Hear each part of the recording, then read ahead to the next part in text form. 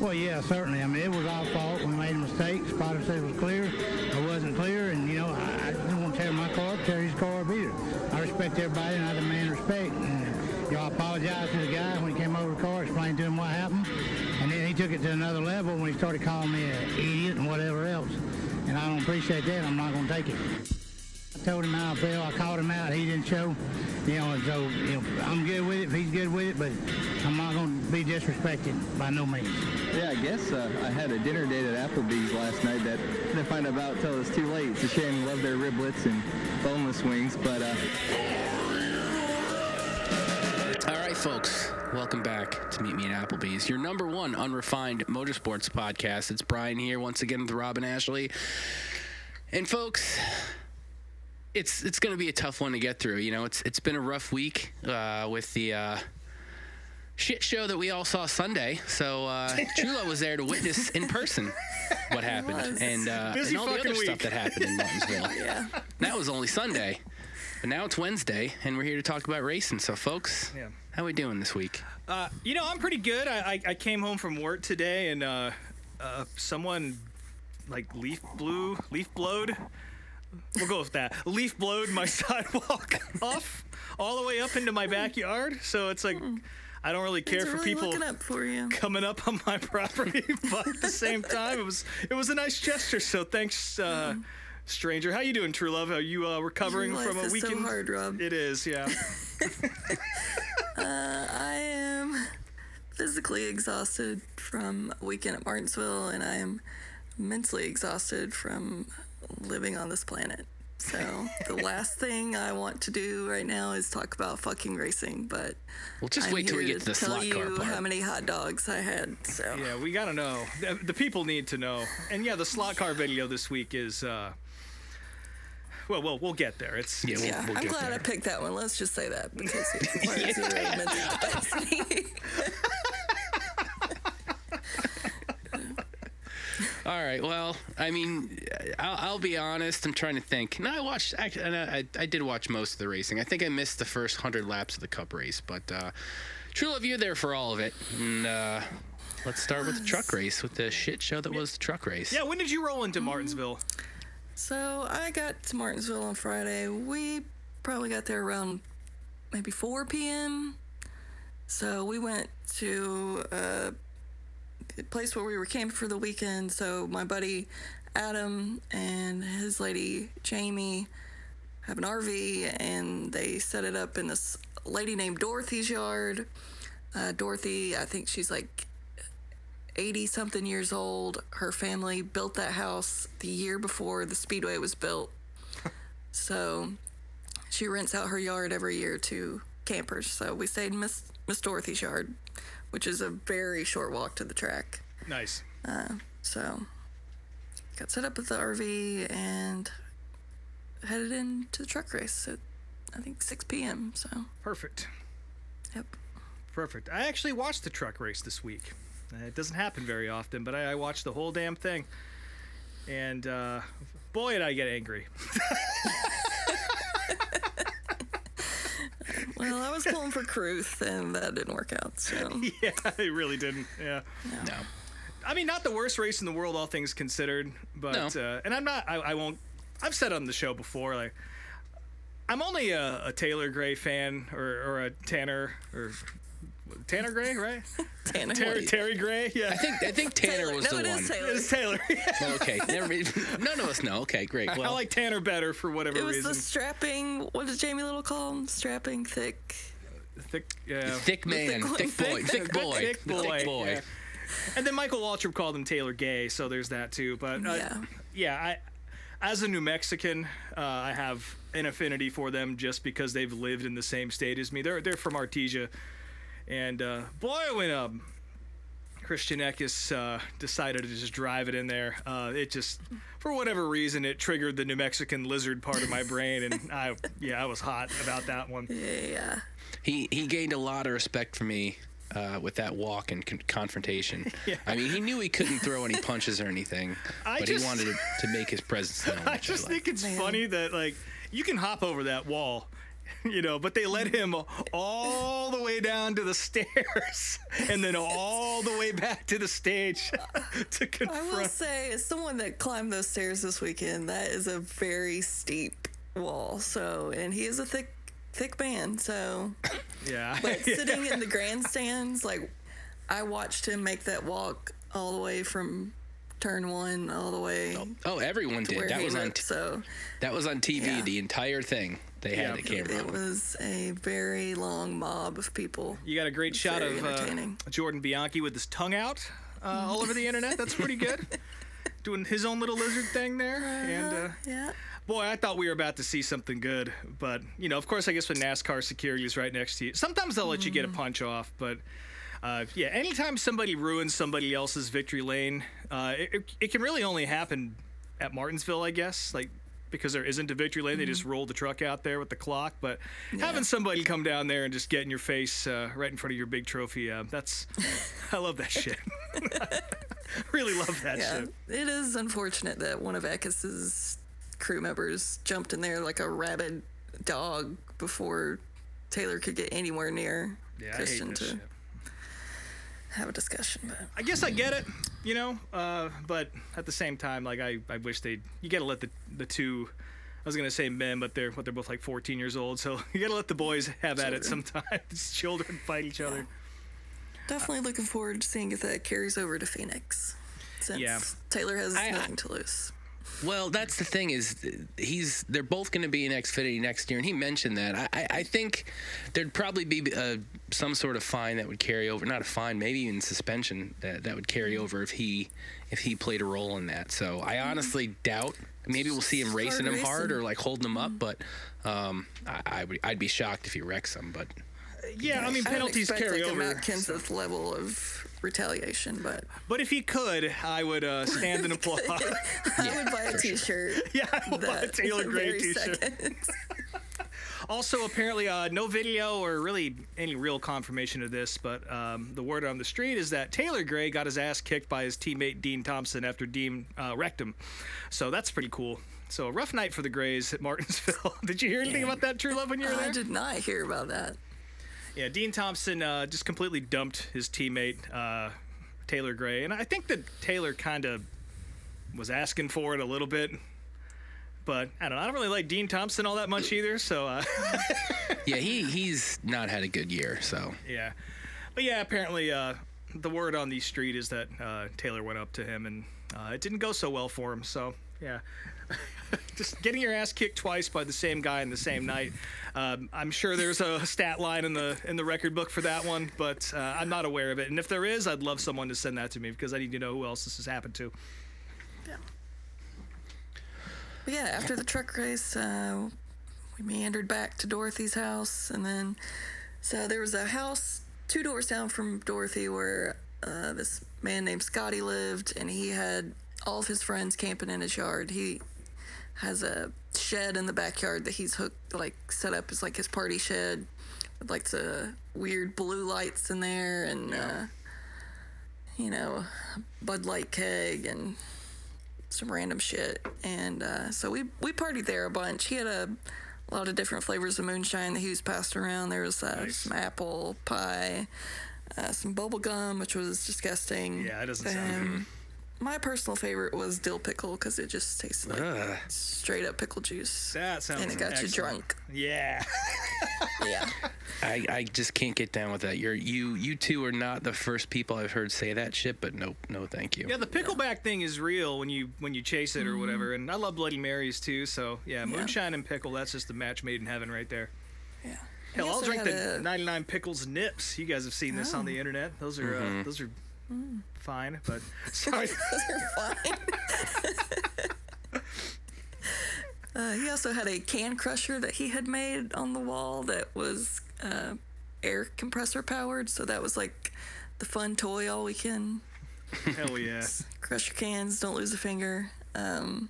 He also had a giant inflatable amphitheater in his yard. I think I sent y'all some videos of this. It had terrible cover bands playing there. 90s that's what that alternative was. all weekend. Okay. I thought that was the Tim Duggar show. I'm sorry. Well, it's the next night.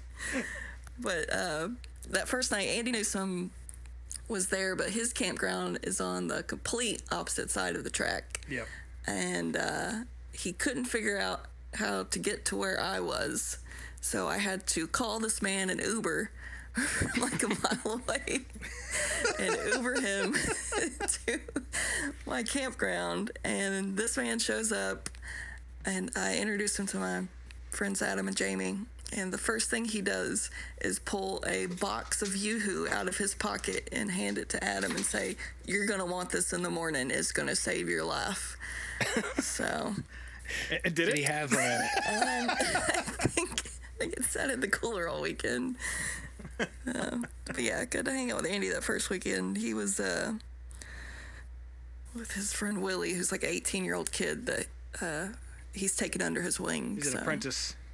Yeah, he is. Did he have a can? Andy do what? Did he have a can of Vienna sausages in his other pocket? Not that I'm aware of. I did watch him do a cone bong and Nice. dance with a bunch of random older ladies. So, and then at the end of the night, I called him another Uber to take him back to his campground. So there are Ubers out in Martinsville?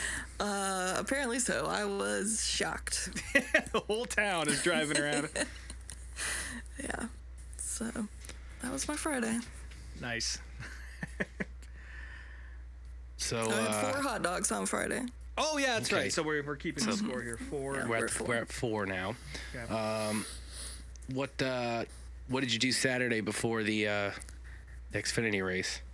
So Saturday, woke up at the campground, hung out. Our buddy Jay, who's been on the show, stopped by and said hello. And then I had hot passes for the weekend, so I went in early to go to cup practice and qualifying. So I was in the garage when Hamlin wrecked. So that was interesting to walk over to the garage and kind of watch that whole scene unfold with the team like frantically ripping that car apart and working on it, and the mob of media that was following Hamlin into his hauler. And Hamlin sent someone out to say he'll come out and talk to the media at the end of practice. So I kind of just hung around that area for a while waiting for him to come out just to see how that would unfold. Did you hold the flashlight for the JGR guys when they were fixing the bumper there? Getting the clip back on there? Uh-huh. I can't believe they fixed that fucking car, by the way. Yeah, I couldn't either, because standing there looking at it, that back end was destroyed. So The pictures, it's definitely the most I've ever seen of the new car without any sort of sheet metal on it. So that was pretty wild to see. Yeah, big hit. Also standing there waiting for Hamlin to come out, I got the pleasure of watching Mike Harmon meander by. So Nice. It's nice. The patron saint of this podcast. Uh-huh. Did you tell him about the show? I did not. Speak to him. I could have. I had my chance, and I didn't know what to say to him. I was just like, hey, Mike. Hey, You stuck with the classic? yeah, pretty much. Yep. So, yeah, just kind of hung out down there, watching the media harass Hamlin. Got real up-close view of Jordan Bianchi's penny loafers. It's gross. Sorry. Sockless penny loafers. I'm sorry. Yeah. And, Not even then I went orthotics out to in the there? grandstands. I didn't get that close. Yeah, okay, good. Went to the grandstands for the Xfinity race. Nice. I actually also watched this race, or at least I listened to half of it on the radio, and I got to watch it. So a full weekend of NASCAR racing for me at home, which was nice. And I was also I wasn't as angry, but I was definitely stoked when Cole Custer tried to fight. I was going to call him Christian Eckes because to me they're the same person. Chandler Smith. I wouldn't say this was Cole. It's the other way This around. was. It was Oh, right, Chandler excuse went me. up. Yeah, Chandler went up and approached him afterwards, and that's then right. Sorry. it's he it was like a half punch, half slap, but like he made like no fucking It was- connection almost. And then immediately he backed away as soon as he threw it, and Cole laughed at it, which Yeah, again, him I laughing loved was the best part of that whole interaction. Yeah, it was real bad. And that punch earned him a $10,000 fine. Or I won't even call it a punch. That slap earned him a $10,000 fine. So I hope it was worth it to embarrass yourself on television before your last race, apparently. Yeah, because he still does not have a ride either, so. Yeah, I think he'll be fine. He'll find something in there. Goes your child's college education right down the tube. Yeah, I'm a big Cole Custer fan, so I enjoyed all of that very, very much. Yeah, Cole was a bit of like a wrecking ball, kind of a bulldozer on Saturday, but I am a Cole Custer fan, so it was unfortunate though having to sit through a Eric Almirola win. Yeah, that sucked. Yeah. It happens to the best of us. Yeah. He's decided to be a race car driver this year. It's crazy.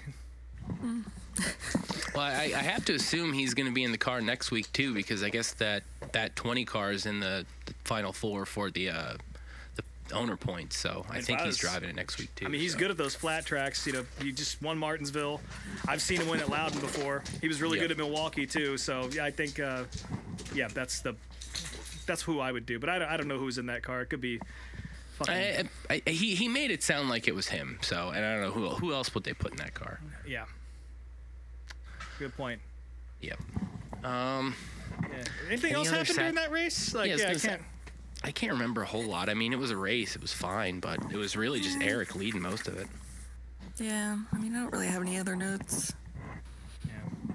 Just a nice day in the grandstands, huh? Yeah, it was. I had 4 more hot dogs that day. We're at 8 now. So we're up to 8. We're at 8. Yep. But then was the Tim Duggar show afterwards? When was the Tim Duggar show you went to? Yeah. How good was that? Well, you'll be surprised to hear me say that I didn't hate it. Yeah. I know we talk a lot of shit about Tim Duggar on the show, but him playing a campground at night in front of a shit ton of drunk people is the setting for Tim Duggar. It's not playing a racetrack at 11 a.m. in front of 5 people. Yeah. We saw him at Bristol. He did a fucking Tom Petty cover, which is like, what is happening? Why? Yeah, Why? he did a lot of covers on Saturday night, which, you know, the crowd was into that, so. That kind of sounds a lot like, you're right, though. Like, seeing a band in the middle of the day at the racetrack sucks. Like, I don't think anybody really wants to do that. But at night, you know, after the shit's wrapped up and everyone's nice and liquored and hot dogged up, that's a good deal. I mean, that's how that Dirty Grass Soul show was at Eldora. Shout out to those guys who, unfortunately, ironically, they played at noon today at the Fan Fest at the Dirt Track in Charlotte. So, yeah, probably the worst set time of all time. But whatever. Yeah. That shit's fun. Any highlights from the set? Oh, yeah. I ran into a guy there named Trent who said he's a fan of the show. He's from Toledo, Ohio. So, shit. Shout out to Trent. Toledo, nice meeting you. No shit, that's close. I don't know any Trents from anywhere, really, so interesting. Tim Duggar also brought 2 guys up on stage. One was an older gentleman who I believe was waving a huge American flag, and the other guy was a little bit younger, and he had on, like, American flag overalls. And so he interviews the older guy, and the older guy is talking about, saying, you know, I think he said his name's Mike, and kind of introducing himself and saying he's a veteran and how long he served. And then Tim turns to the guy in the American flag overalls, and he's like, okay, introduce yourself. And I couldn't understand the guy's name, but he was like, my name's so-and-so, and I'm a piece of shit. And he was so wasted.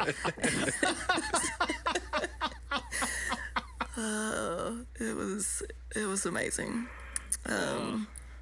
Yeah, but also Andy Newsom was there as well, and at one point his friend John was there too, and John was pretty wasted, and John was wearing a blonde mullet wig, and Andy put John up on his shoulders, and they went up and danced around in front of the stage. And Andy comes back to me, and he's like, all right, Truelove, it's your turn. And I was only 2 or 3 beers deep, and I was like, no, I'm good. I'm too sober for this. Yeah. And I had a couple more beers, and he just kept on and kept on. He's like, come on now, you're the lightest one here. You'll be a piece of cake up there. He's like, I'm telling you, it's a once-in-a-lifetime experience. Like, you know, you got to do it.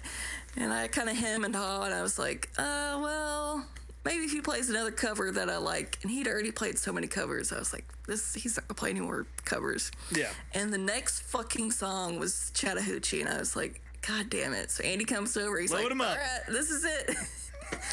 So it was like an awkward thing where I had to like, I don't know, he like bent over and I had to like jump up on his shoulders. But once I was up there, it was fun. We went up front and screamed Chattahoochee at Tim Duggar way up in the air. And then about halfway through the song, I was like, all right, I'm over it. Put me down now. He's like, all right, well, to get you off, I gotta walk you to this porta potty, and you hang on to the roof of it, and just hang on, and I'll back out, and you just hang from the porta potty and then drop down.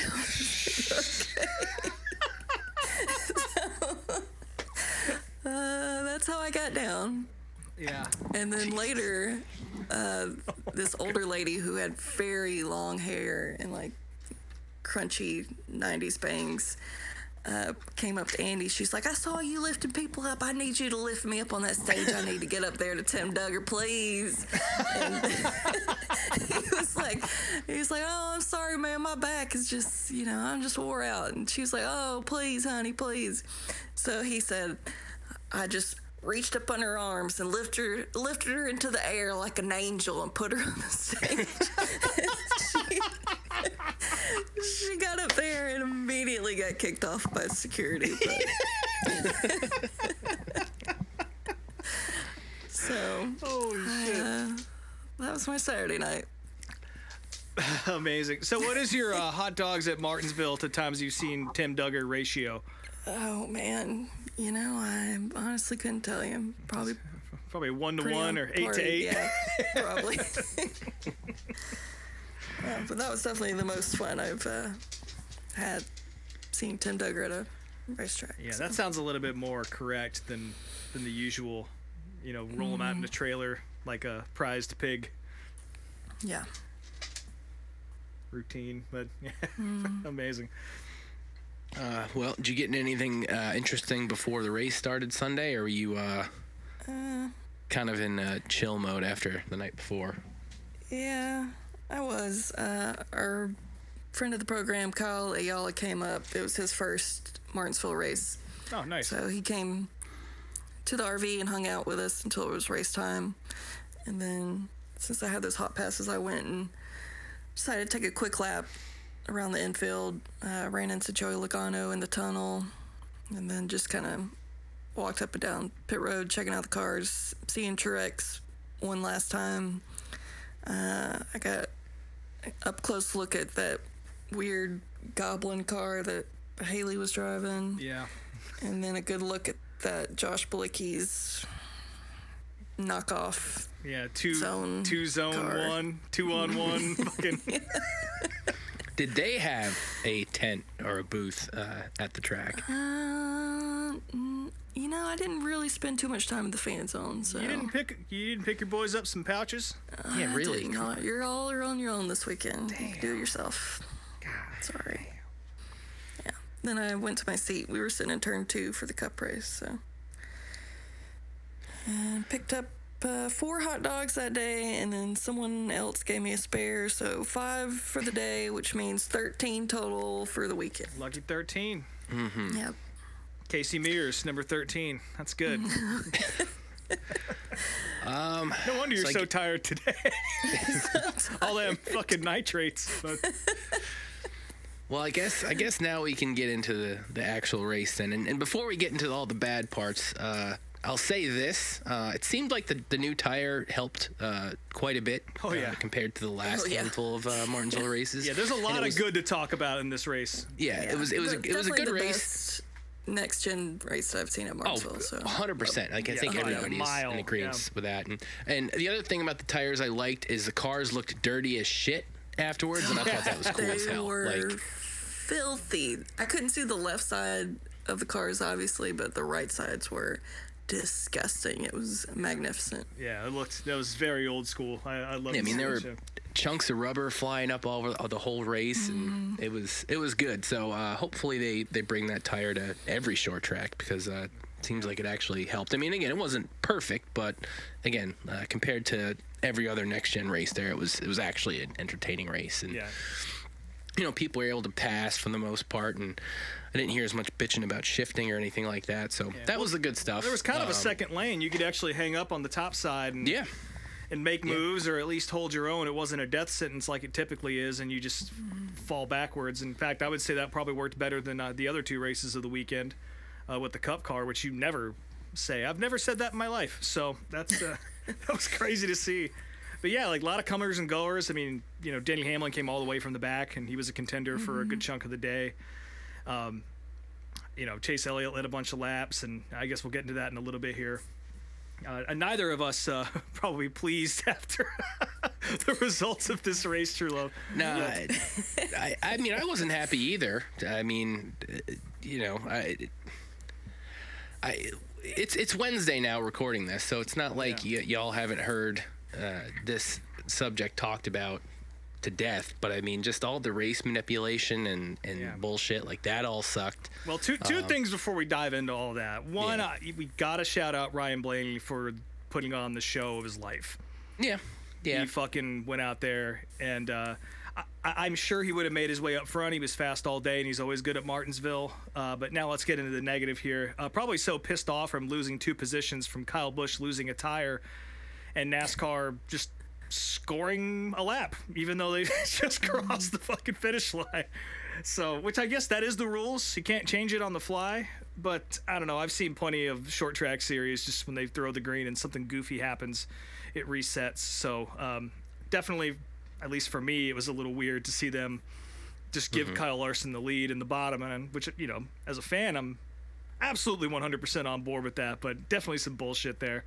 And I cannot believe no one from NASCAR saw that happen when the broadcast was talking about it for a good 15 seconds before the green went. So I don't know. They gotta fire their entire race control operation. Just fire every single one of them and get new people in there, because they did a dog job this year. What was the reaction to that sitting in the stands? Did you even know what was going on? Could you see it? Where we were sitting, I couldn't ever hear, the track PA, so I was kind of just relying on the screen, the TV screen in the middle of the track, which I could barely see anyway. I'd have to put my cell phone video on and zoom in to the screen to be able to read, the points or anything like that. So I was kind of just have to hop in an Uber and get over there. Yeah, so I didn't really know what was going on at that point. I was just along for the ride. But one thing before all this mess, LaJoy did get spun by Christopher Bell directly in front of me very early in the race. Oh, hell yeah. A little gift. A nice way to kick things off. Fuck yeah. And I mean, again, the whole race was pretty good. I can't really think of anything super noteworthy other than just the fact that the racing had improved exponentially from prior visits to the track with the next gen car. But then it all came apart at the end, and I guess we're there now. After that restart was fucking captivating. It was awesome. Watching Ryan Blaney work his way up, watching Larson losing my mind. Yeah. Larson holding off Chase on new tires. You knew it was coming. You knew he wasn't going to be able to pull it off. And I still don't understand why they chose to stay on track during that pit cycle. The 5, that is. Yeah. But I guess, they hedged their bet, and Larson was able to pull it out and kind of keep about a second on everybody. And then, Chase just slowly reeling him in, and then Blaney was coming too. So, for a while there, I was sitting there thinking that my all-time nightmare was going to come true, that I was going to sit through a 4th Larson win this year. I was thinking the same thing. I was stewing. I was like, I'm never coming to a goddamn race again as long as I live. I was going to say, I got to fly you out to Phoenix. I'll buy you a ticket. I was there with Kyle, who's also a diehard Chase fan, so we were in full panic, anxiety, edge of our seat mode the entire time. So when Chase made that pass on Larson, was probably the most animated and excited I can recall being at a race in a very long time. Yeah. But then it was 40 seconds later. Very quickly after that Blaney was a goddamn rocket. So, But you like am a Blaney fan. though. Yeah. I'm a Blaney fan, but on Sunday I was so heartbroken as an Elliott fan that I couldn't even like get excited about Blaney winning like I was last year when I was there. Well, no offense. I mean, it was a little bit of a surprise that Chase even made it to the 8. I mean, he had an okay season, but it wasn't a great season. So, I mean, What are you talking about? he's very quiet. He was one in the win. top 3 in points all year long. Yeah, he was very quiet. Lots of top 10s, top 5s. Consistency was key for him this year. It was a very Matt Kenseth championship style season for him. And I think Absolutely. I think maybe you posted this, Truelove. And again, it flew under the radar, kind of like how Alex Bowman does too. He just consistently posts decent finishes and gets himself up there in the points until he gets a penalty or breaks his back in a sprint car, and then it's game over. So fortunate. Well, I guess Chase broke his leg skiing too, so maybe these guys need to get different playbooks or something. But yeah, super consistent year, and I think you were the one who posted the classic Winston Cup points or whatever, which obviously you can't really make that comparison, but Chase is leading those, and he was leading. Yeah, so it was going to be if Bell hadn't got that penalty Sunday, he would have been 1 point behind Chase, and then I think Larson was right after that. And in defense of you, Brian, I honestly thought the same thing because you just don't see much of him because it's been such a quiet year. But then, I looked at the stats and, holy shit, this guy's in the top 10 every single week. I guess that's fair. And I'm used to Kyle Larson either winning or finishing in 89th place after, trying to launch himself to the moon. Extreme or the other. Yeah. Yeah. But yeah, the very end of that race was chaos. There was so much to try to take in and a lot of confusion at the track because we weren't getting clear information. Yeah. Yeah, so I mean, we don't have to necessarily dive that deep into all the bullshit, but I mean, what was the reaction in the crowd like when all that stuff was happening? Yeah. Well, the Bell move happened on the complete opposite side of the track as me, so I didn't even know that move happened until people kind of started clearing out at the end of the race, and my text messages started finally coming in. Right. And I think I got the group chat text saying, all sorts of cuss words. Yeah. I was like, oh man, I totally missed that, and they never showed a replay up on the big screen either. Well, let me ask you this, because before that, of course, the cutoff battle was between William Byron and Christopher Bell, and Byron was dropping. His car was fading. He was kind of in the same boat as Kyle Larson was. I think they were on the exact same tire strategy. And Austin Dillon was catching him, as was Ross Chastain, as was Brad Keselowski, and it was starting to be a little bit of a train behind him. And how long did it take for you to notice that those guys were just fucking running some rollerball blocking out there? I didn't really notice till right at the very end because I was still laser focused on Elliott and Blaney and my grief that I was dealing with. So. Right, yeah, actively grieving. Yes, and trying to like zoom in on the screen to look at the point standings. So. I mean, I'll tell you, it's sort of like the reverse situation of Ross's wall ride move from last year. Like, you see it, your brain processes it, and you're like, there's no fucking way these guys are just riding around out there, right? Yeah. It's like, why isn't Austin moving him? It's like, well, he isn't a Chevy, I guess, so there's no way that they're asking him to do this, right? And sure enough, 10 laps of just side-by-side, I-90 traffic right there. And that's when I, once again, for the fourth or fifth time this weekend, started to get viscerally angry at what I was witnessing. It's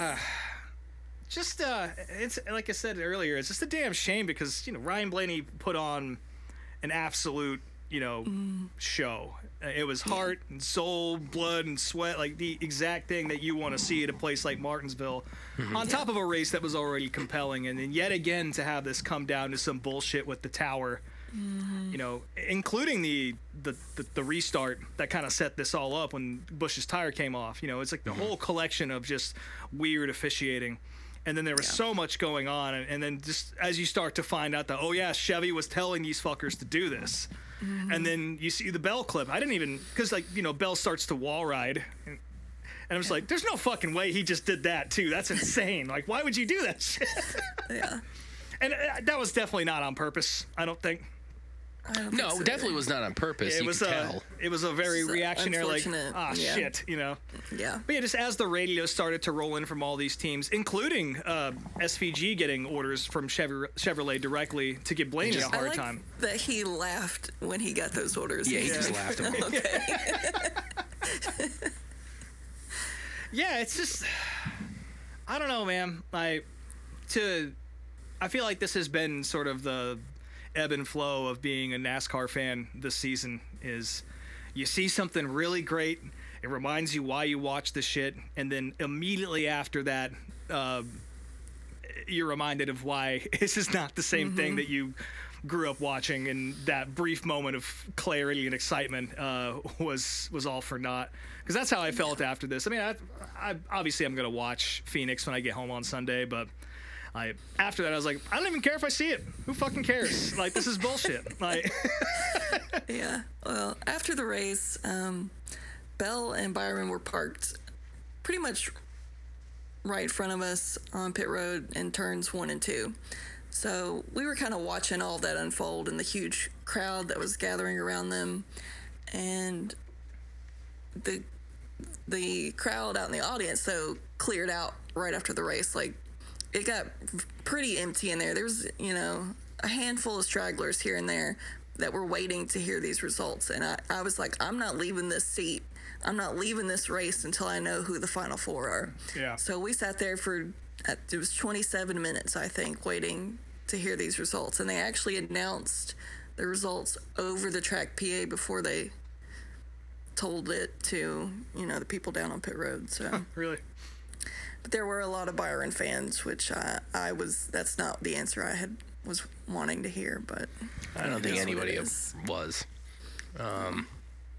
It's unfortunate, but it's one of those deals where I hate to kind of agree with NASCAR with the Bell thing. Just, I don't know, but because he did kind of wall ride it. I mean, he half the corner. He wrote the rules, yeah. Yeah, I mean, it's one of those things that the team stuff I think is a bit more frustrating, just because. I think that Bell made it very easy for NASCAR to DQ him. Yeah. By doing that, I feel like if he hadn't have done that, then Elton Sawyer might have, sweat a few pounds off even more up in the booth trying to make this decision. Because they actually had an on-track infraction that they could penalize for. Because the other stuff, there's no, that's all it's a review. gray area. Yeah. And it's weird to kind of also be in agreement with this opinion, but both Ricky Craven and Dale Jr. Presented the idea that they should suspend these guys. Now, Yeah. Ricky presented it in kind of the way he presented the idea was he was like, shame on those drivers, and it's like, I don't know if it's necessarily that. They were just doing what the higher ups told them to do. But I mean, to me, that sends the clearest message, because again, you can find them. Manufacturers are going to pay that shit, no problem. They don't care. They got their driver in. Yeah. The crew guys, I mean, crew guys or whatever. The owner points thing, yeah, that's an issue. But when you take the drivers out of the car, that gets everybody's eyes on it, So, and it sounds like maybe that'll be the next step, because Elton has said, like, if this doesn't get the message, we'll really get the message across next time. Yeah, So you're gonna send him a fucking email and with red text. yeah, Ooh, really put the fear of God into these guys. I mean, my opinion, they should have DQ'd both of them. I mean, Byron specifically didn't do anything wrong, but neither did Martin Truex when he got disqualified from the playoffs for relatively similar. Obviously, Clint Boyer is spinning and, having the 55 pull off to give, whoever the advantage was a little different, but I don't know. At the end of the day, it's race manipulation, which is what we're not supposed to allow, Yeah, I see a lot of people talking about, they should just have a championship 3. It's like, no, just DQ both of them, and whoever's in 5th place should be the guy. That's some goofball shit right there, because that's the same as adding Gordon that one time. It's like, no one wants to see that. But if you get DQ'd from a race and you're the next guy in line, you get moved up a position. It's the same thing. Yeah. I don't know. There's not really a good way to handle this, and I I feel like manufacturer manipulation has always happened. It's not a new thing. For sure. There's just never been such a focused situation for it to take place until this new playoff format came up. And we've been kind of inching towards this, and now we're here. And I guess NASCAR is going to be meeting with the manufacturers to discuss this with them, which I'm sure that's going to go real well.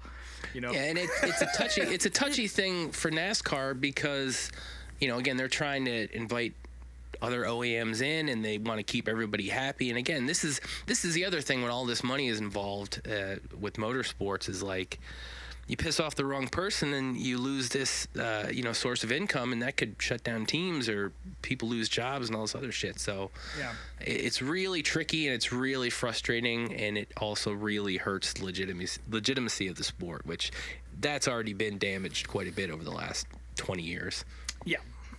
So. To me, it just feels like NASCAR trying to put the blame on literally anyone and everyone but themselves for creating the playoffs. 100%. Yeah. 100%. So, all very unfortunate. Yeah.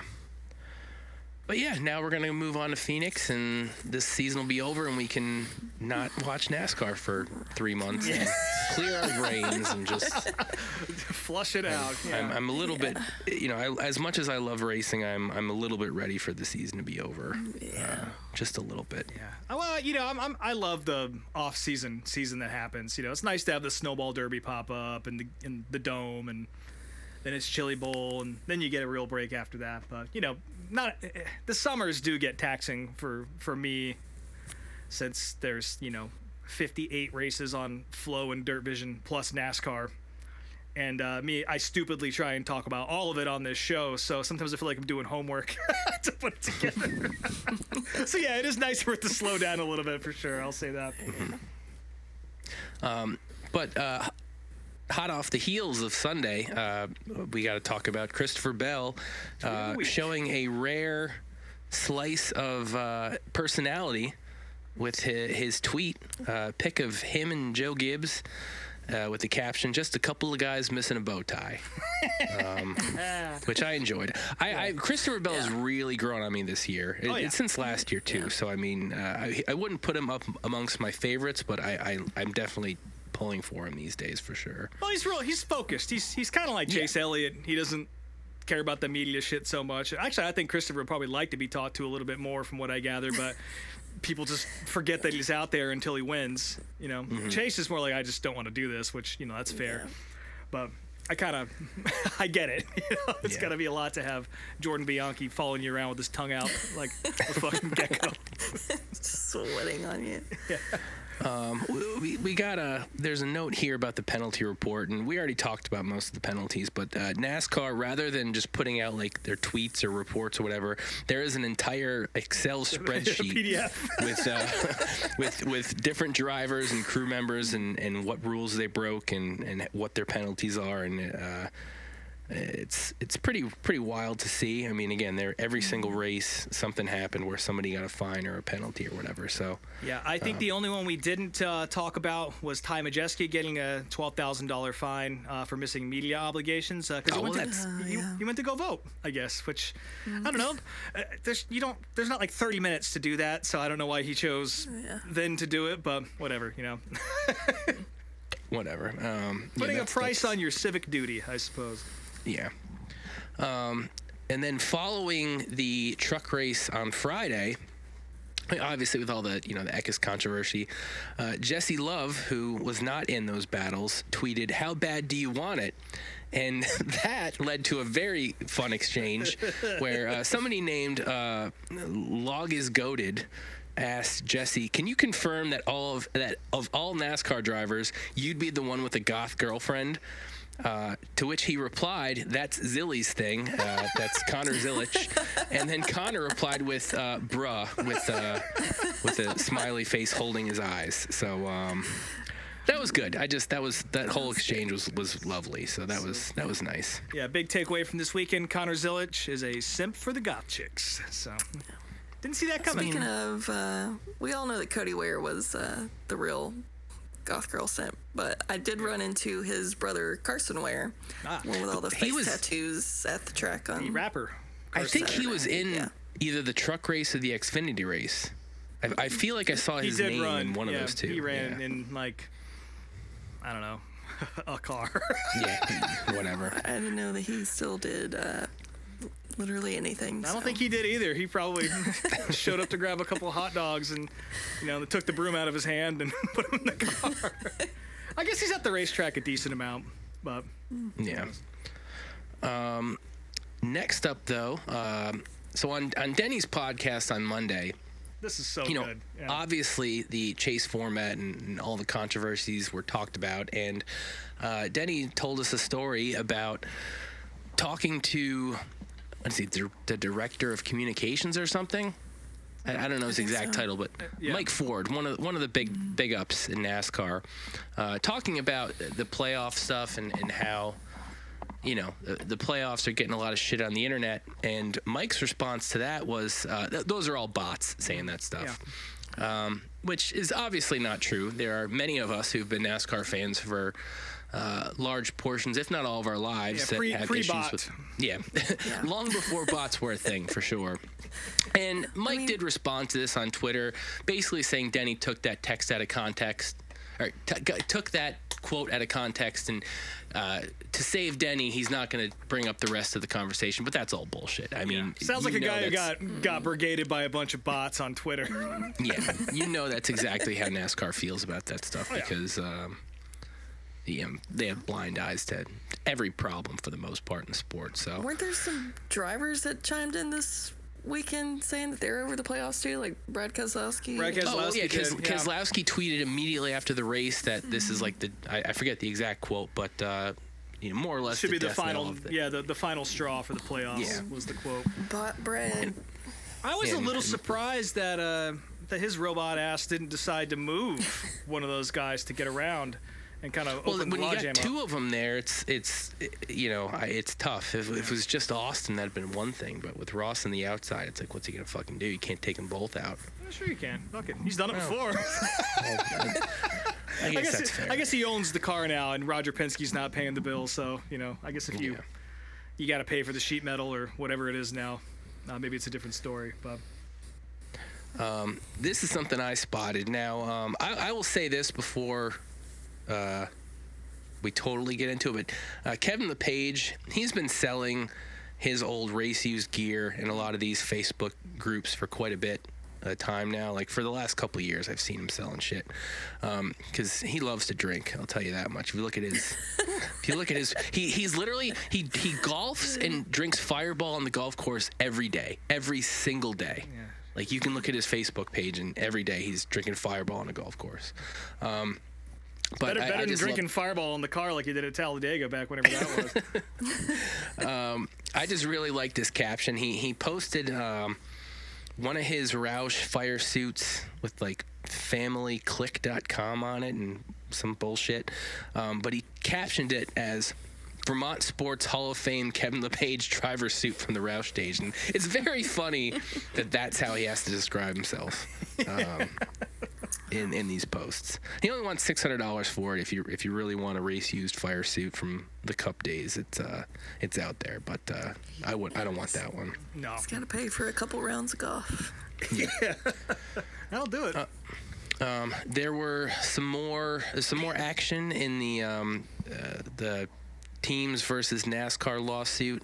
They went to court on Tuesday to appeal the injunction or file for the injunction to keep their charters for next year. And it was learned that both the team drivers and the sponsors, at least on the 2011 side, I don't know about front row, but if they don't have charters for 2025, they can all leave the team. Yeah. So that was something that didn't necessarily know, so that's interesting. I mean, hopefully they don't. I think it's more alarmist to read that or say it out loud than it actually is. I'm sure most contracts have that in there. Again, I'm not a legal expert or a contract expert, but that seems like something that a major team would have in there, that the charter is, because the charter guarantees you a spot in the race, and that's something you sell to sponsors. Now, again, it's Michael fucking Jordan, so I don't think anyone's going to run from that team, and they're definitely going to run all the races next year. But I could see front row maybe having a problem with that if they have similar clauses in their contracts. and while this doesn't necessarily directly tie into the lawsuit, it's certainly not good for NASCAR's case. Rumors have been popping up for a minute now that NASCAR themselves are going to be teaming up with the McNally team. I don't know who the hell that is. Bill McAnally. They run the 19 truck in the truck series. Rumors came up and may or may not have been confirmed by another Cup driver that NASCAR is going to be teaming up with these guys and have Daniel Hemrick driving a Cup car next year. This is their way for NASCAR to test the waters and see what it really costs to run a team, apparently. Which is the most NASCAR shit you could ever do. Don't ask the teams, just do it yourself. Yeah. We'll show you how to run a 35th place. Really not helping there. We're not a monopoly case by running a team in their fucking series, but we'll see if that happens. And then I guess the final news note is this is the end of Stewart-Haas Racing as we know it this coming weekend. Everybody from the team was posting up their goodbyes from the office and pictures of emptied out desks and things like that. And we've got Martin Truex Jr. Looks like he's going to be running a throwback scheme to his first Cup car with DEI. So, yeah, we'll see what they have for... Oh, why the fuck... Truex doesn't run for them. Why am I including him in that? Well, he's also retiring, and it feels the same. Yeah. It's also Martin Truex's last full... I mean, he's running the Daytona 500 next year, it sounds like.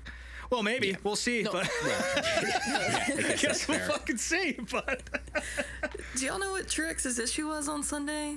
I never heard at the track, but I know he kept pitting over and over and over. I think he spun. I want to say he spun pretty early on and then just never recovered from it and kept having issues. Something happened in the car when he wrecked. So, yeah, pretty much the most classic 2024 Martin Truex situation you can be in. Finally get a pole and then just have a dog shit day afterwards. Also, shout out to Tyler Reddick for completely being on Phoenix mode and running all the way back at Kansas. Zero fucks about that race. Hey, Logano was too, so. Yeah, at least Logano was like in the 20s, you know. But it was a good day for Briscoe and Priest, though, for, Yep. the end They of did times. good. But yeah, Stewart-Haas Racing going away. It's real sad. I don't know where I saw this or where it came from. I mean, I saw it on Twitter, but there was a podcast that Tony did recently where he was talking about his problems with NASCAR. That was the Harvick show. I watched that. It was, yeah. And just basically like, now you see why I'm done with this bullshit. Kind of. It was the gist of it. But it's a damn shame. 102 total wins for that team, 70 in the Cup Series, a championship, some Daytona 500s, just a lot of... they were a huge team for a while, and I think they would have been a super team like Hendrick if Tony's heart would have stayed in it. But obviously the decline has been really sad. But a lot of great drivers come through there, and it's a damn shame to see them kind of downsize. And obviously they'll be around next year as the factory team or whatever. But and then Cole Custer gets to come up and bring his mustache to Cup again.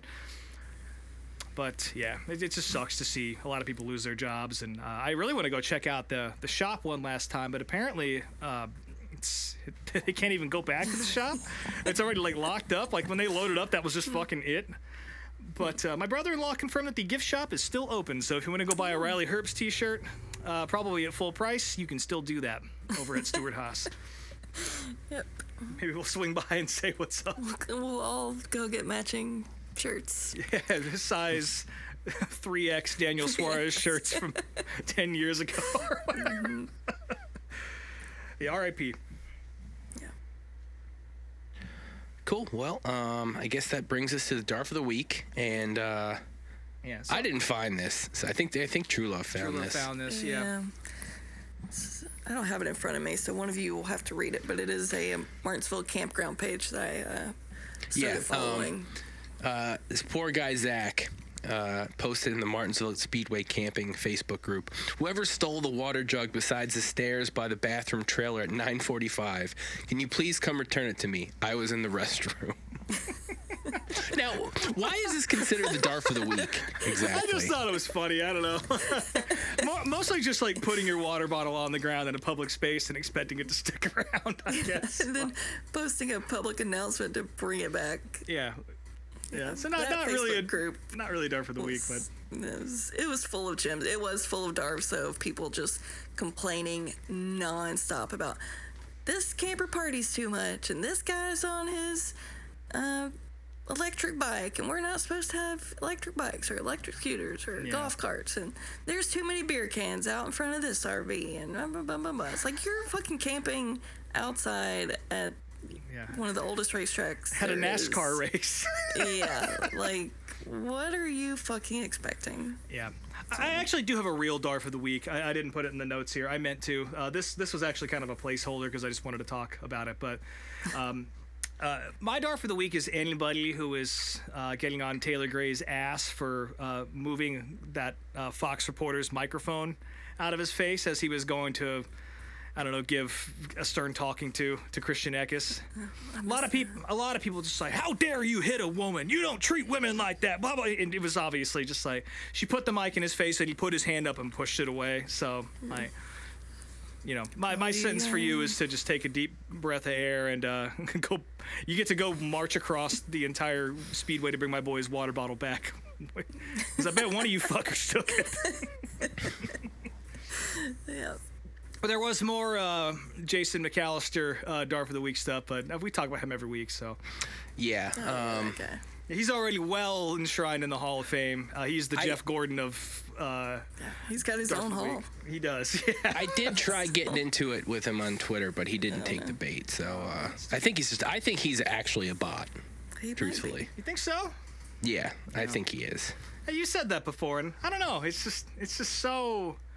So Maybe dumb. It's Mike Ford's. Yeah. It's his burner account.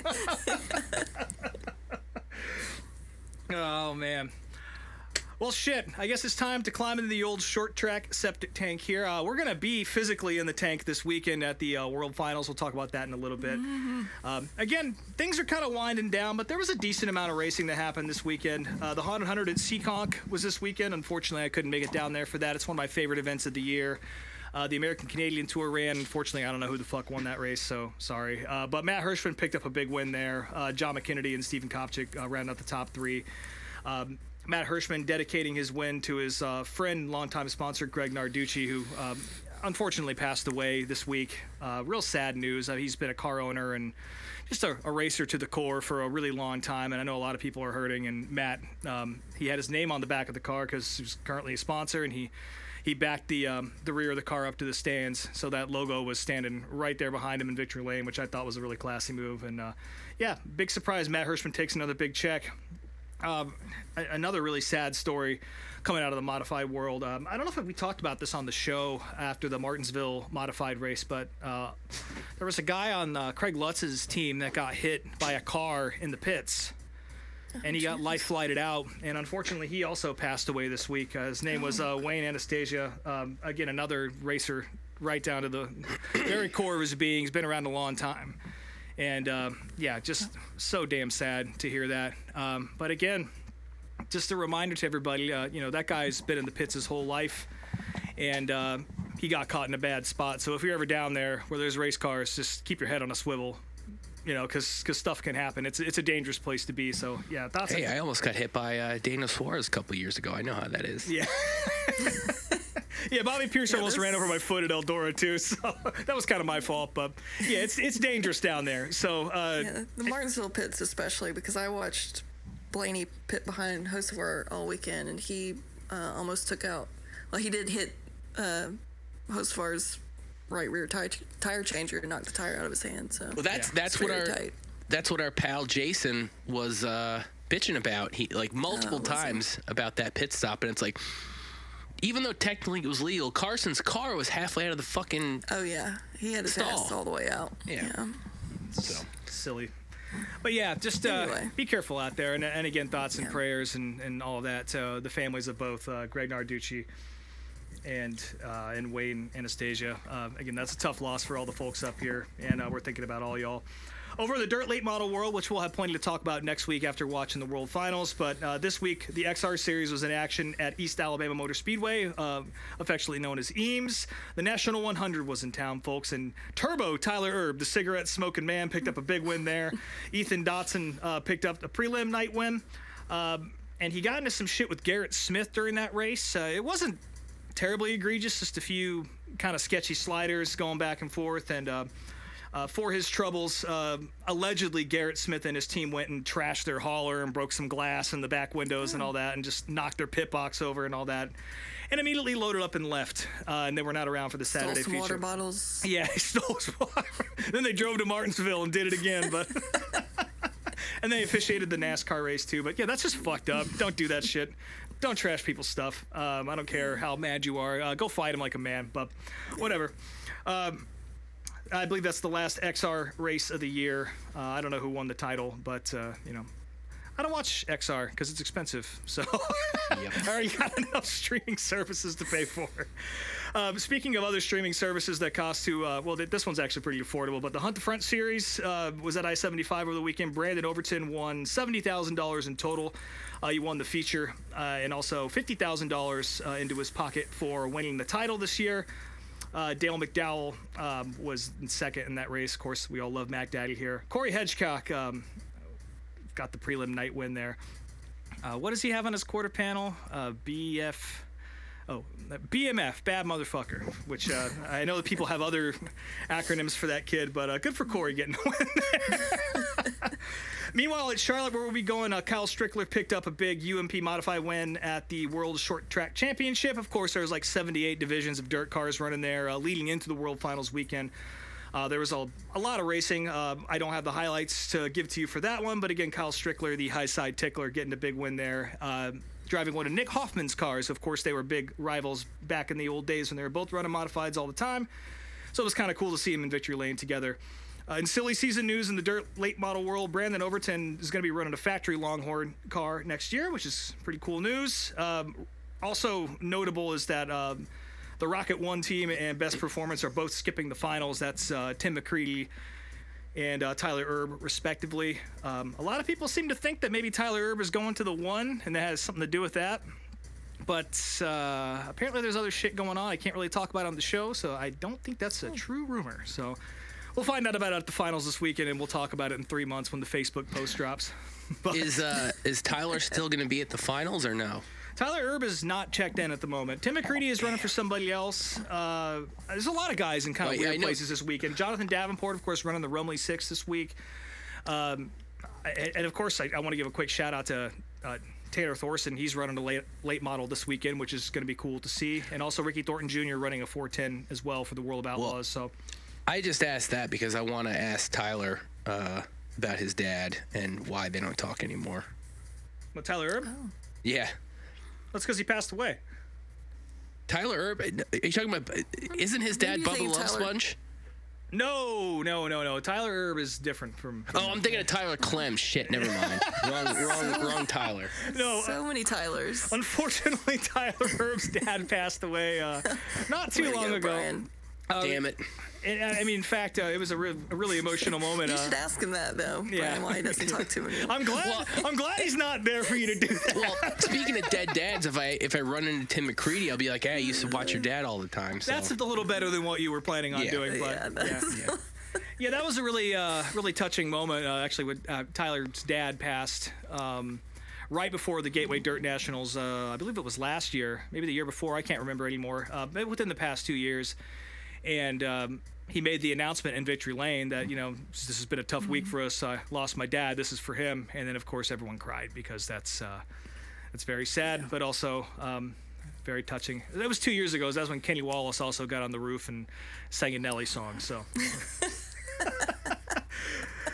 Speaking of modifieds, I kind of put this in the wrong spot, but Justin Bonsignor is apparently rumored to go to JGR next year to run part-time, maybe even full-time for them in the Xfinity Series, so that'd be really cool. He put out a really good performance at Loudon this year, and I definitely didn't see that coming, but it sounds like that might be in the works for a fourth Xfinity car for your current NASCAR Wheeling Modified Tour champion. And if he ends up doing that and not running the full Modified Series, that means there's like 13 cars left, and Ron Silk gets to take a few more trophies home, so good for him. Also, speaking of drivers in weird places, Shane Van Gisbergen announced he's going to run a 410 at Western Springs when he goes home to New Zealand for the summer, which is December for all of you non-Aussies and Kiwis and all that. So that'll be cool to see.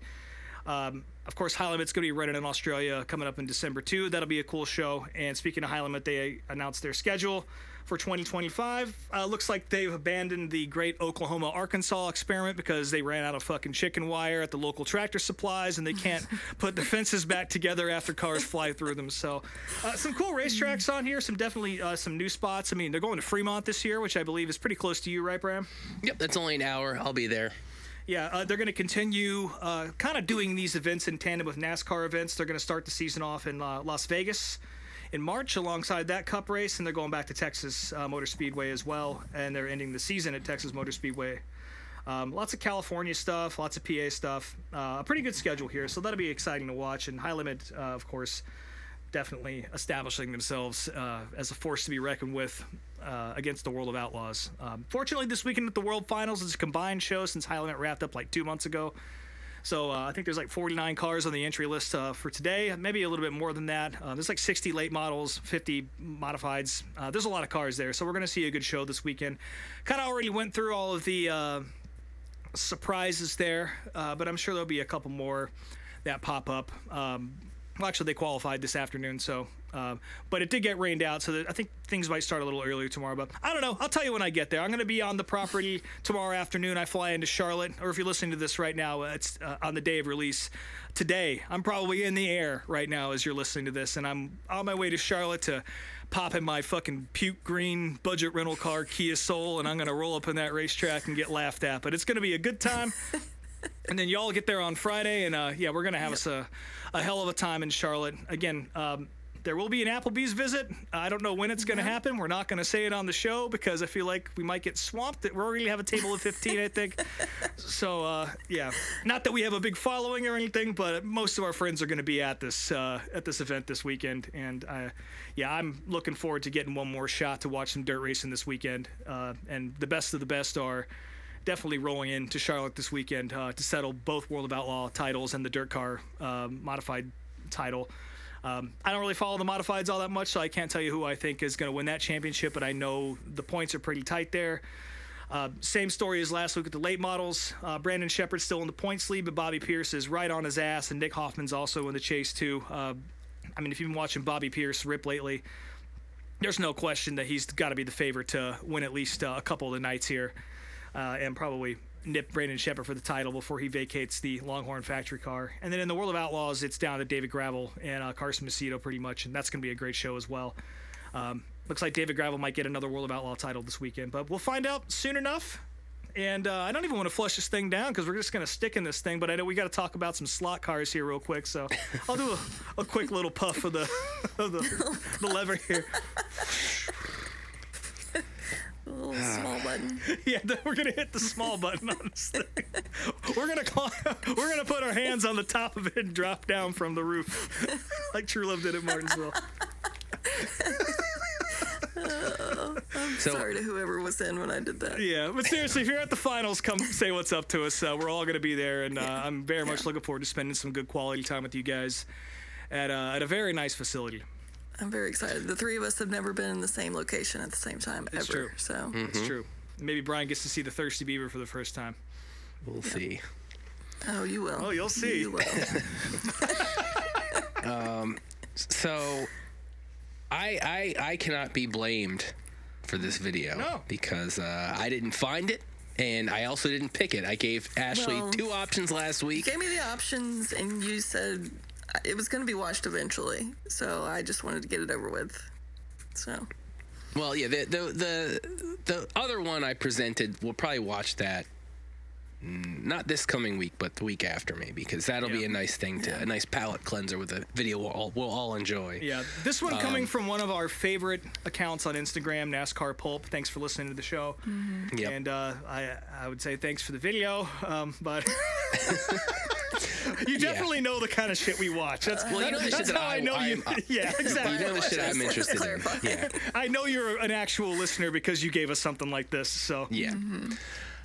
So I guess this comes from a channel called Slot Car News, and like there's not really a whole lot to talk about, truthfully. I mean, the whole thing itself is basically an unboxing of these 4 slot cars, and he kind of talks about them for a while, and then he puts one of them on the track and runs it. But I do have some notes. So this guy, and I didn't catch his name, but he's got this set up in his garage, and he's got this track there, and there's boxes and shit all over the place, and he's also he's filming this on his phone, and then he's also got his iPad out, like streaming live somewhere. So apparently he's popular enough that people watch him live stream this shit, and he's trying to get his iPad angle correct, and he's trying to like just get all this shit set up, and it's just like Jesus Christ. Zero editing. It's very clearly a live stream that he did. I saw that he has 10,000 subscribers on YouTube, so good for him. He seems to be quite the figure in the slot car racing world. Yeah. I got a couple quotes. The first one is "No, I'm not bald." Because I don't know, I guess somebody was talking about the angle, making it look like he was bald, and he was very quick to prove that wrong. He's got like 3 boxes, and he starts talking about one of them he's saving for something else. Like, who the fuck cares? And the brand of slot cars that these cars are made of are Carreras, which I have heard of before. Like, I don't know a lot about slot car shit, but I have seen that name before, so I was familiar with them. And I do think they are one of the bigger slot car brands, so for them to have a NASCAR deal isn't surprising. Yeah. But this guy, he's talking up these slot cars and this unboxing as a world exclusive, which for a guy opening boxes in his garage, it seems like a bit excessive of a title to use. I mean, it might be. I mean, they came directly from the factory to him, so he must be the source. I guess. His voice, or not his voice, he's saying he's stunned by what he's received, but the way he like shows that on camera doesn't act like he's stunned at all. Yeah. He calls them NASCARs, which right off the bat, if you call NASCAR, race car, stock car, if you call it a NASCAR, you are not an actual fan. So that's he had right a big IMSA flag hanging on the wall, so I feel like he doesn't watch NASCAR all that often, if at all. I also noticed he never once said any of the drivers' names of the cars. Not he was once. showing. That was in my notes as well. Yeah. I feel like he probably didn't even know it's all Hendrick cars, because that's something I didn't until the Byron one got open. I was like, oh, okay, this is just the Hendrick team. That's all this is. Yeah. But he first pulls out Alex Bowman's car, and he says, "Look at all the smexiness." What the fuck does that mean? That's a slot car thing you wouldn't understand, brother. I guess. And he's just like holding up to the camera for a while, just keeps saying wow and talking about how detailed it was. And that was my favorite part of the video, was him just holding it up silently to the camera. And every single one he did that tired, and while the camera focuses not on the car. Yeah. I will say these things are beautiful. Yeah, they look nice. Amazing. Yeah, like, yeah, they look like straight up die-cast, which I was a little surprised by. But in saying that, the few that I have seen in person, like weird enough, I do have a slot car in my house, like some old Corvette Stingray that I found thrifting, and I've been meaning to throw online, but I think it's a Carrera. It looks pretty accurate. These are like the 1/32 scale, which is like a really weird size that nobody really makes die-casts of. Yeah. He clearly doesn't know any of the drivers. He pulls out Larson's car next, and he goes, "Ooh, the Hendrick car's car, the blue." And he's just like, he keeps talking about how blue the car is, and it is. Yeah. We've all seen it. Yep. Next car out is. He makes like a weird orgasm sound and goes, "Oh, baby." I was like, gross. Yeah. And that's when you shut the video off, correct? I was like, Brian will tell me the rest. Yeah. He pulls out Byron, and then I was like, okay, Chase has got to be the next car, and I was right. Yeah. He goes, "So pretty, the Napa car. Oh, baby, look at the chassis." And he's like, he keeps talking about the car has a solid front axle, which I guess is better for handling in these things. I don't fucking know. He's talking about magnets in the car. I don't know what the hell that means.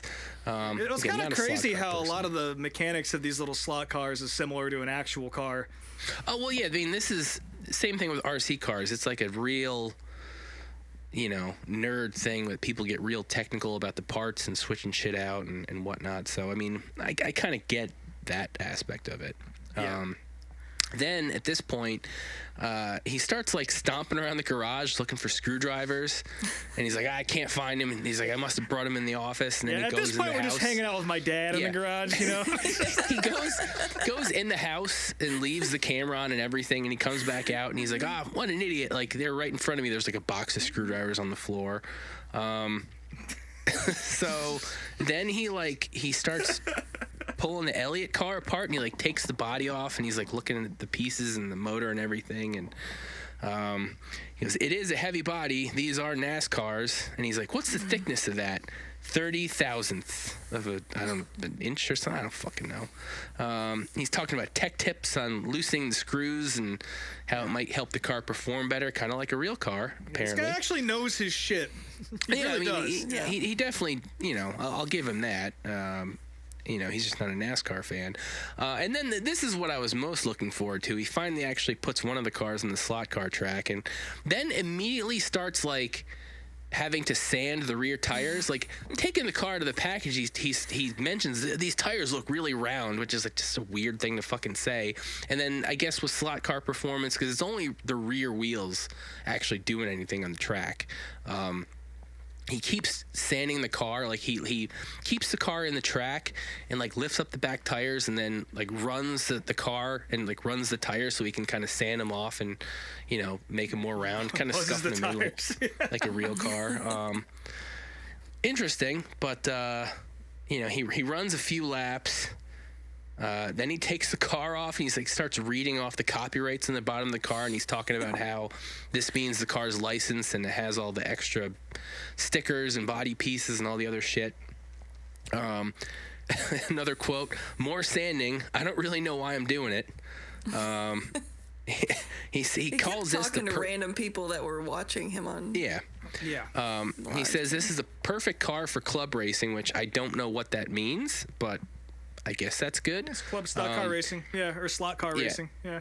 He does not know what a spoiler is called. He first calls it arrow, and then he calls it a wing, and he's like talking about how maybe this will break off, and he's not sure. Sports car guy. Yeah. One guy in the stream calls the car unnecessarily colorful, which I found that offensive as a NASCAR fan. It only has like three colors on it. Yeah, I mean that's. Chase's car's, not the most basic, but it's fairly basic. And then he's just talking about how important the licensing is to have all the details and shit like that. That's pretty much the end of the video. So yeah, this has not been my favorite video. I liked picking out all the weird little things the guy was doing because that's why I watch these types of videos. But I'll be honest. Not my favorite. I watched it, and usually when we record the show, I'll put the video on as we're talking about it, to just have a visual reference. So in case I miss something or just to bring my notes to life, I did not do that tonight. It's not on the television right now. Yeah, that's fair. Once was enough. Yeah, I don't leave out all the times that he referred to himself as the chunky man in like third person. So yeah, I don't need to see that again. I did think it was funny is like I got to wrap this up because I got to go to work, which leads me to believe that it doesn't lead me to believe anything. I don't know what time this video was filmed at. It's in the garage. Who the hell knows?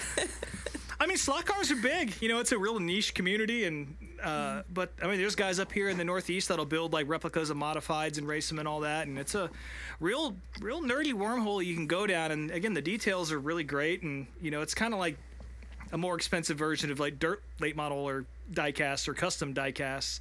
Because I mean, these things, like again, it's a YouTube video that the guy couldn't get the camera to focus on the cars, but you can tell these things have every imaginable detail on them, right down to the arrow on the bottom and the strakes and the diffuser being pretty accurate to what it is. So nice little replica. I wouldn't mind buying one of these for the shelf, but I don't have that kind of money. Jesus Christ. Yeah. Like that. Yeah. Truelove, are you going to dive into the slot car game? They're not that expensive. I'm good. Are they really? Let's see. I looked them up. You can get a set. You get two cars. I think it's Larson and Byron in this 1/32 scale and a track. They call it the Darlington playset, but it has like a crossover, so it's not an actual Darlington track. But it's only like $200, which I thought was surprisingly cheap. Not that I'm getting one. Track too, yeah. Yeah. Interesting. Oh yeah, there it is. Yeah. So yeah, I don't know. I don't know if we'll be watching another slot car video anytime soon. Maybe one if there's an actual race or something that I find that's interesting. But I do appreciate the video suggesting NASCAR pulp. It was much appreciated. Yes, thank you very much. The next video, though, I don't know if you guys will like. I haven't watched it yet, but Oh boy. so I found this Are we tweet. gonna watch it together at Applebee's? Yeah, we could. Prop it up against the napkin dispenser. It's only 20 minutes long, so it's a shorter one. But We totally can. there's this someone I follow on Twitter. Her name is NASCAR Woman. She just tweeted a screenshot of the video, link, and just quoted as, "It's possibly the worst YouTube video I've ever watched. Total time wasting." And the video Great. it's by a kid named Lucas. Now, I don't know anything about him, but he has 3.37 million subscribers on YouTube, so he's clearly got a following. And I looked at his feed real quick, and it's just a bunch of weird shit. This video is called "I Tried Becoming a NASCAR Person," and the screenshot is him with like a grimace on his face and two old people, like an old man and an old woman wearing American flag tank tops, like screaming, and someone with a 1-star review saying this is meant to be fun. So I tried becoming a NASCAR person. Is it AI? No, it's real. Well, it looks real. I'll send it to group chat right now. Already hate this kid. Already. Certifiably. Yeah, I mean, I feel like after this past weekend that kind of had all of us questioning our NASCAR fandom, this is a good thing to wrap the season up with. So Palate cleanser. that's already on the playlist, and I'm excited to watch it. So. Oh yeah, fuck this guy. Look at that little bitch. Rob's excited. Boy. So Yeah. Oh boy. So tune in next week for the 2 minutes hate. Meet me at Applebee's. NASCAR person. Maybe we shouldn't spoil our family dinner by watching this video. They'll never put the TV on again for racing at that Applebee's ever again, which I'm sure they don't anyway, but it is what it is. These little people do look kind of AI to me, though. Yeah. She's Yeah, got they an could extra be. finger. Those are She's the got bots. 6 fingers. Those are the bots that Oh, okay. old Mr. Ford is talking about right there. Well, we'll see. So yeah, like I said, we already mentioned we're going to be in Charlotte, but we might as well give our final predictions for what we're going to see this weekend. Well, do we want to give at the beginning of the playoffs, we each gave our Final Four predictions. Yeah. And out of the Final Four, Brian has 2 of his left, Rob has 2 of his left, and I have 1 of mine left, and all of our champion picks are gone. Who did I pick? I picked Bell, right? Yes, you and Brian both picked Bell as champion. Yeah, I knew I was unreasonably mad about his disqualification, and that's got to be what it is. Yeah. So I guess we got to pick now. Let me think. So, who was even in my Final Four? I mean, Yeah, read them off. I'm Your curious. Final Four yeah, was, read them off. Brian, your Final Four was Reddick, Blaney, Bell, and Keselowski. Okay, so I got those 2. So, Keselowski. well, I predicted he would win Talladega. That was my prediction. Yeah. Yeah. So that didn't come true. All right, so out of the 4, okay, I want Reddick to win. Out of all 4 of the drivers in the Final Four, he is the one I'm pulling for the most. He's the one I'm the biggest fan of out of the 4. I wouldn't be upset if Blaney repeated, but I'd much rather see Reddick win. So my out of who I want to see win, it'll be Reddick, Blaney, Logano, and then Byron. I say Logano because I put a bunch of bets on him early in the season when the stakes were pretty high that he would make the championship 4. So I have a good bit of money coming in if he wins, and it is that whole Strictly greed. Okay. hey. Yeah, agreed, base. Listen, I already said I want Reddick to win because I'll win money with him too. But no, it is that whole it's an even year deal. I don't think his team has been that strong this season. I think he's kind of lucked his way into where he's at, but crazy things can happen. So, I still want Reddick to win. He's going to be my pick. Yeah. The best part about Blaney making the Final Four is that he can't help Logano in this race. Yeah. So. That's true. Yeah. Who are your picks, Rob, Truelove? Or you want me to go now? Okay. Yeah. Who do I have? Rob, your Final Four was Reddick, Byron, Bell, and Larson. That would have been so good. I mean, it's hard to bet against Ryan Blaney. I don't see anybody else, especially that he's finished, second at Homestead. He won last week. That is a tear. That is heating up at the right time. And he's good at Phoenix, too. So, especially with Bell out of the picture, I'm going to go with Ryan Blaney on this one. Again, I'm with you, Brian. I would love to see Tyler Reddick get this done. He's definitely my spiritual favorite. But I don't know. I got to go with Blaney on this one. I just think the Fords are too strong and Penske's too strong in these situations. And, same with Logano. Like, he doesn't really, again, not to get into the who deserves it and who doesn't. He doesn't deserve to be in a championship position, but, he knows how to get it done when it counts. So Logano is definitely a sleeper, too. But, I got to go with Ryan Blaney on this one. Who'd you have, Truelove? Yeah. My Final Four was Reddick, Hamlin, Bell, and Elliott. So I have Reddick left, and he is the one that I'm pulling for. He is my personal preference. If Blaney wins, I'll be happy. Obviously, I'm a Blaney fan, but my little heart is set on Reddick getting his first win, especially with the lawsuit going on. And I think he had a great season. So he did. I'd just love to see him top it off. So and especially I can give two fucks about Logano or Byron. Yeah, who cares? I mean, NASCAR media is so fortunate that Ryan Blaney made this championship for, because they would have basically the day shift crew at a Staples to interview for a full week if they didn't have him. So, God bless him. Also, again, the spiritual pick, I guess, for all of us is Reddick, but given his connection to Scott Bloomquist as well, I think that would be a really appropriate thing to see him get the chip just because of that. So, yeah. For sure. And who knows? Right, so I hope we see Ford's fucking 6 wide blocking, though, because apparently that's all you got to do is just pay the bill, and that's all that matters. So it sounds like we'll all be very upset if Byron wins. At least Logano will get me some money out of it. So Right. Yeah. Okay. Yeah. It just sucks that, again, like, who would you say the 4 best cars this year were? Definitely, like, Chase Elliott is up there. Kyle Larson was inconsistent as fuck, but he was definitely the fastest car of the year. Had the most wins. Yeah. So. Tyler Reddick as well. Reddick. And then Christopher Bell. In the points. Yeah. So it's a shame that we don't get to see that, because that would be Titanic. These guys will put on a show, but I wouldn't be surprised if we saw a race where none of them won as well.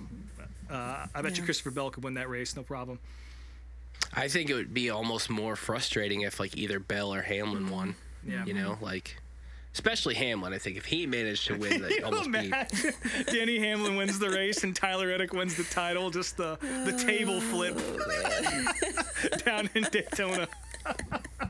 I want to see those trophies get handed out by the bigwigs so bad. Maybe that's what I want to happen. Fuck it. Denny Hamlin to win the race. Let's go. All right. Well, Hamlin has always said that when he retires, his last race will be one that he wins. So. Yeah. Well, could be. He'd be like the only one. Oh man. Well, like I said, we're all going to be in Charlotte this weekend, so send us DMs or find us at the track, and we'll say hi. I don't know. I guess pretty much wraps it up, I suppose. As always, you can find us on Instagram at meetmeatapplebees and on Twitter at meetmeatthebees. I am Speedway Screens on all the things. SpeedwayTSJ.etsy.com is the shop, and two M's. MMA Applebees is the 15% off code. So buy something, please. Over to me. Mine is still Snake Mountain Truelove. I had to make it private today and block a bunch of straight white males who were yelling at me in my DMs. So don't do that. Feel free to follow me, but if you're gonna be an asshole, don't. Yeah. I'll just be posting pictures of Martinsville hot dogs. So. Yeah, all 13 of them in sequence. You can pick your favorite. SnakeMountainHotDog.com. Rob Motes on... Maybe I'll change my Instagram name to that. Hot Dog Mountain. Rob Motes _unofficial on Instagram. My band's called These Wild Plains. I also playing with Charlie Marie right now. We're working on her record, and it sounds fucking excellent, folks. Keep your ears to the ground for that one. It's been said 15 times, but please hit us up in Charlotte. We'd love to see you all. And again, I know the three of us are looking forward to hanging out with each other, but the more the merrier. So make it a point to come say what's up. Again, I know there's a lot of friends there. Pretty much everyone who's ever been on the show as a guest is going to be there. Some other folks that we interact with, Altered Stock, Cam is going to be there. Just a lot of good folks. So we're really excited to see everybody, and just be kind to each other out there, folks. Please. There's a lot of anger out there right now, so just try and be nice to the people around you if you can, and don't be an asshole to Truelove on the internet either. People don't know who I am on the. They don't make it to this part of the show anyway, so they don't know what my name is. But yeah, I don't think anyone listens to this part. But. Yeah. Let's practice some kindness for the next 400 to 300